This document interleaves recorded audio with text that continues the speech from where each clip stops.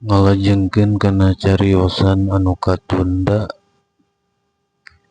Ayeuna bagian anu ka-12 bade nyarioskeun asma'na Allah, sifatna Gusti Allah.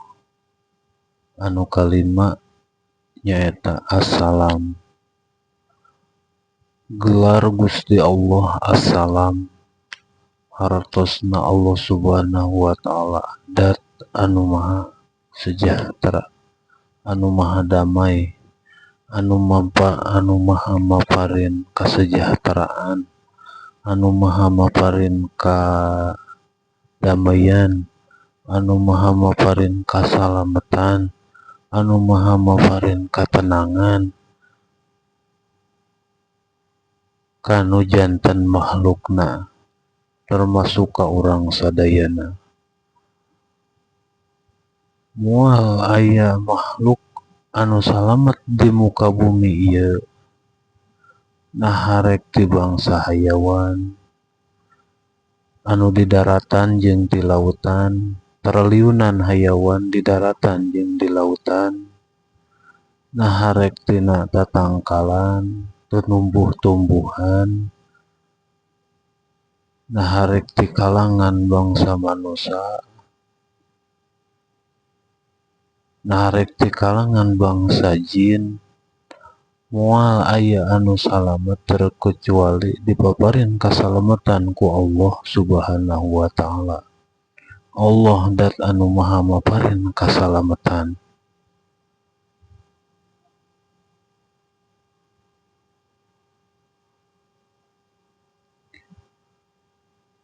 Urang sadayana, urang heula anu nguping kana ieu cariosan.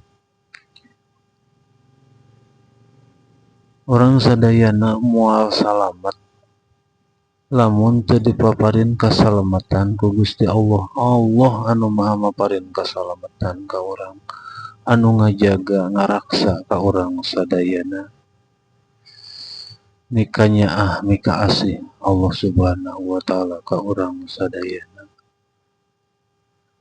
Teu karasa urang sadaya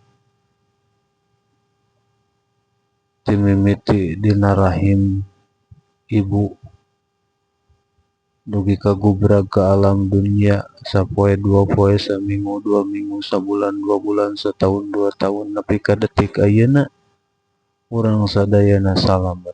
Ieu moal aya kasalamatan di urang sadayana, moal salamet urang sadayana, angin ieu kasalamatan teh paparin ti Allah Subhanahu wa Ta'ala.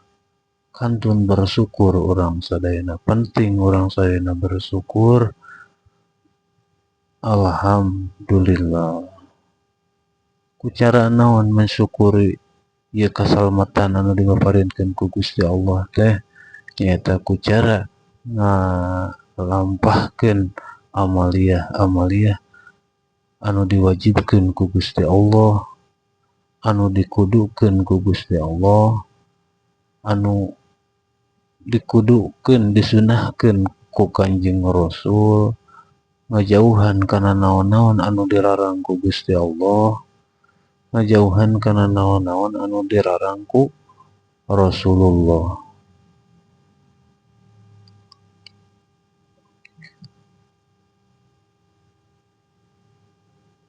Allah anu maha maparin kasalamatan anu mutlak.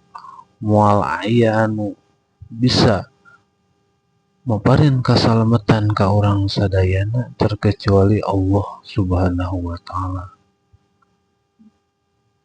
Teu meunang menta urang sadayana kasalamatan kasalian ti Allah.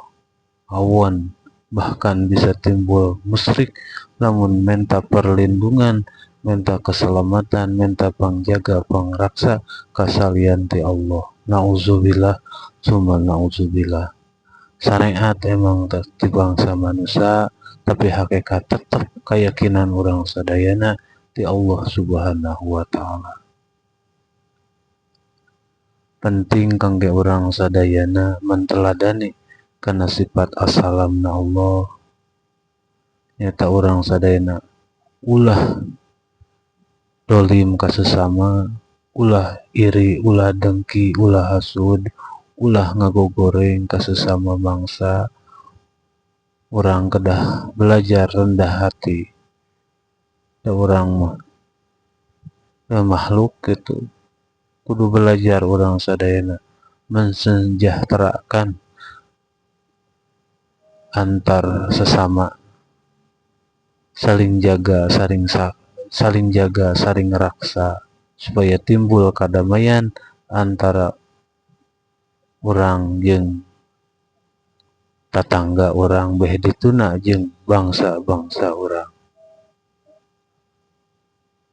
Penting urang sadayana menteladani kana sifat-sifat Allah Subhanahu wa taala.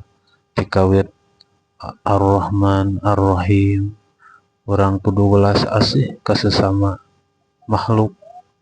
Nah harek di kalangan manusia, nah harek di kalangan hewan, hayawan. Penting urang sadayana menteladani sifat Al-Malikna Allah. Nyata kedah janten raja orang sadayana di awak orang kudu bisa ngelehkeun akal orang kana hawa nafsu, ulah nepi ka akal orang anggahota badan orang dijajah ku hawa nafsu orang, ku hawa nafsu anu aya dina diri orang. Al-Qudus penting ku urang diteladani, nyata orang kudu belajar menyucikan diri. Assalam, orang penting menteladani assalam, nyata kedah saling jaga, saling raksa, sareng antar sesama beh dituna antar bangsa.